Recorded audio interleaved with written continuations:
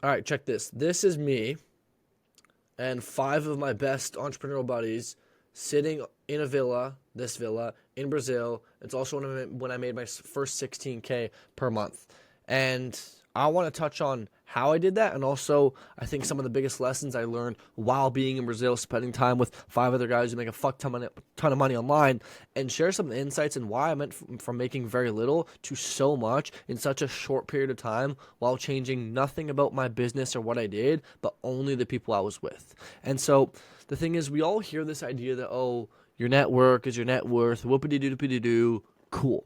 And we understand that's like important. Like, okay, you are the sum of the five people you spend the most time with, or spend time with successful people. But like, none of us actually do that. And it's only when you actually put yourself in a room with people like that for an extended period of time that you see just how important your environment is. And your environment can include, just your working environment, but also like everything else. Right. And so even just optimizing your desk, removing all the clutter from it to just focus on the task at hand is something you can do that will give you a huge ROI. But more than anything, putting yourself in a room with other people who hold you to the standard of who you should be, not who you are, and seeing them work every single day with the same values and principles and goals as you is by far the highest ROI investment you could ever make. And we'll call this masterminding, okay, which is what I've made my entire life's mission to do. If you want to hear more about that, you can look at the link below. We digress, okay? But so I guess this begs the question of, why does spending time with people like this actually work? And how can you do this even not in person? Like, how could you do this online and manifest the same sort of results on a different scale?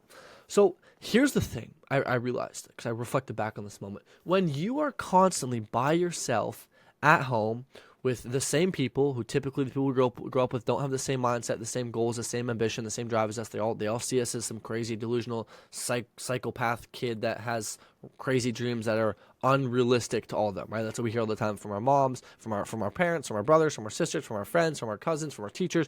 We're all delusional and unrealistic and stupid. We need to come back to earth and get a real job, right? And go to school. That's what they tell us, right? Anyways, Matrix brokies aside, you and I will chat, because I get you, bro. Okay. So here's the thing: is when you're constantly surrounded with people like that, it starts to almost plant this seed in your mind of doubt to some extent, right? Of like what is truly possible. It puts limiting beliefs on what you believe, not even because you want to, but because people are constantly planting the seed in your mind, and your mind is so fertile of, hey, this may not be possible. And even though you may not believe what they say at face value right away, it plants this seed of doubt in your mind that, okay, well, what if it doesn't work? What if they're, yeah, it is difficult. Most entrepreneurs don't succeed. But what if it doesn't work? And they slowly start to plant the seed of doubt, right, in your mind that it may not work. And so what happens is the environment that, we're used to, we are very comfortable there, right? We're really comfortable and we're really complacent to an extent. Right? And so what happens is you kind of getting your rhythm of living life your comfortable way, because we as humans inherently seek comfort. It's what we're set out to do. It's how our bodies are biologically made, is we seek comfort, right? We actually even fundamentally reserve energy to be quote unquote lazy, to save our energy in case, a predator comes and attacks us. We actually, like, our bodies inherently do that. And so we're made this way. And that's totally fine. That's how we're made. But here's the problem is you intentionally hold yourself back because you live a life based in comparison to the people around you, right? And so you are the sum of the five people you spend the most time with. But I also would say that you live a life based on the people around you. And so if you want to live a good life, you would live a great life if you just go to a third world country with an average job, right? If you have an average American job and you live in a third world country, you would be a baller. And so here's the problem with that is you start to get complacent and happy, because you look around and you go, wow, for the people I'm with, I'm doing pretty good, right? Imagine if you went to the gym and at your gym was only obese people, 600 plus pound people. You would, even if you weren't even in shape at all, you would feel really good about yourself in comparison to all those people, because the only reason we know what is because we compare, right? We know what light is because we compare it to dark. We know what sad is because we compare it to happy, right? And so on and so on. And so you only measure your success by the people around you. And so if everyone around you is really, really, really, really, really fat, even if you're not in shape, you're just like, mediocre, like 20% body fat, you would consider yourself like, man, I'm doing good. Because you look at people around you, go, well, compared to them, look at me, I'm doing good. And that's where the problem stems from, is when you're surrounded with people that don't really have the same drive, the same ambition as you, you look at them and go, man, I'm making, 5, 10K a month. That's pretty solid. Like my parents only make that kind of money. Like, man, that's pretty good. And you start to get complacent because you compare to those around you. Go, man, I'm doing pretty good, right? And so here's what happens is when you surround yourself with people who push you, with people who know you're set up for more, with people who are doing more than you. Is what happens is when you thought, working a 12-hour day was, that good on me, and then you go hang out with a bunch of your boys, and you see them all pulling 16-hour days, you're like, oh, fuck. Like, oh, holy shit, you guys work so much more than me. And then they wake up at 5 a.m. and knock on your door and say, hey, we're going for a run. And you're like, oh, shit. Oh, this is legit, right? And then they come back and do a 4-hour deep work sesh. And then they hop on calls for the next 6 hours, and then they go back to the gym, right? And you're like, why did I never hear about this stuff? It's because the people you compared yourself to, right? The people that are in your circle, if you will. And so what happened is when I went to Brazil with these guys, I started to see like, oh, so this is how, like this is what's normal, right?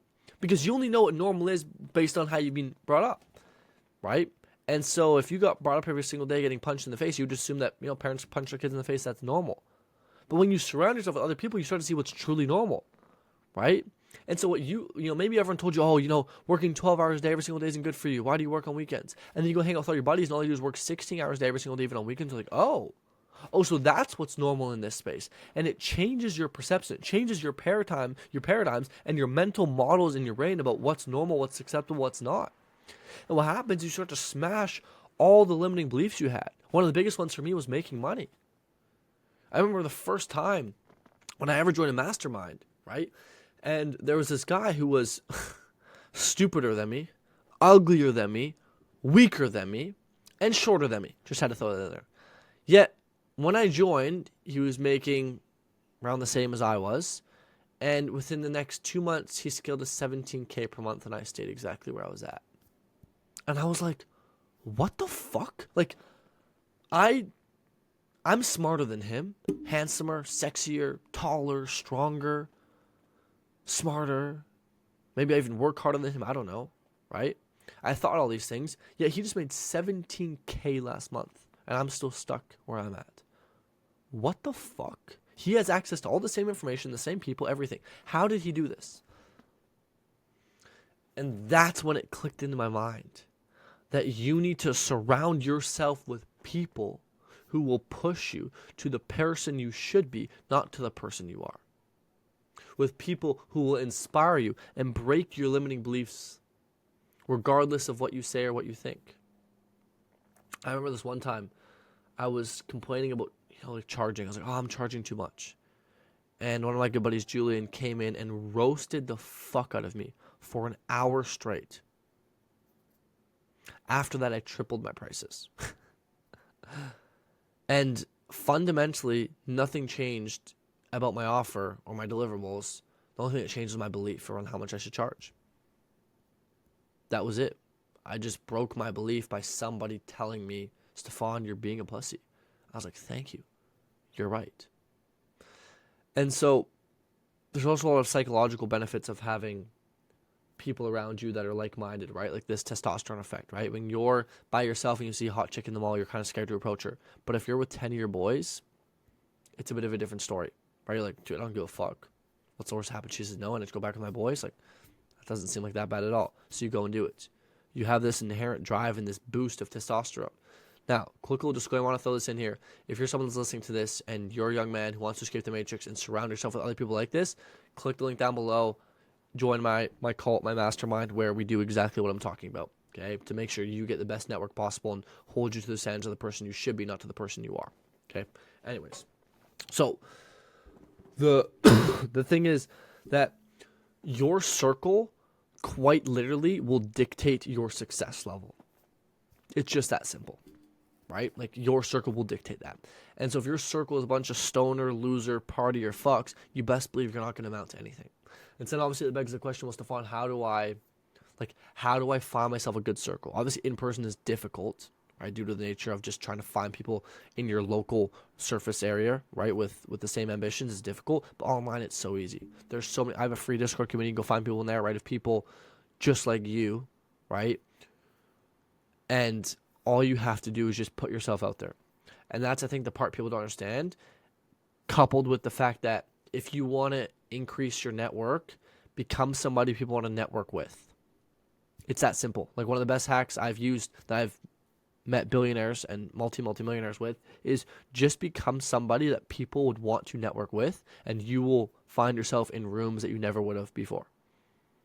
And so that may just mean you working relentlessly on one specific skill that you have that you're really good at that no one else is good at, right? Or maybe it's that you just take your health very seriously, so people look at you, they can actually respect you because, you're shredded, right?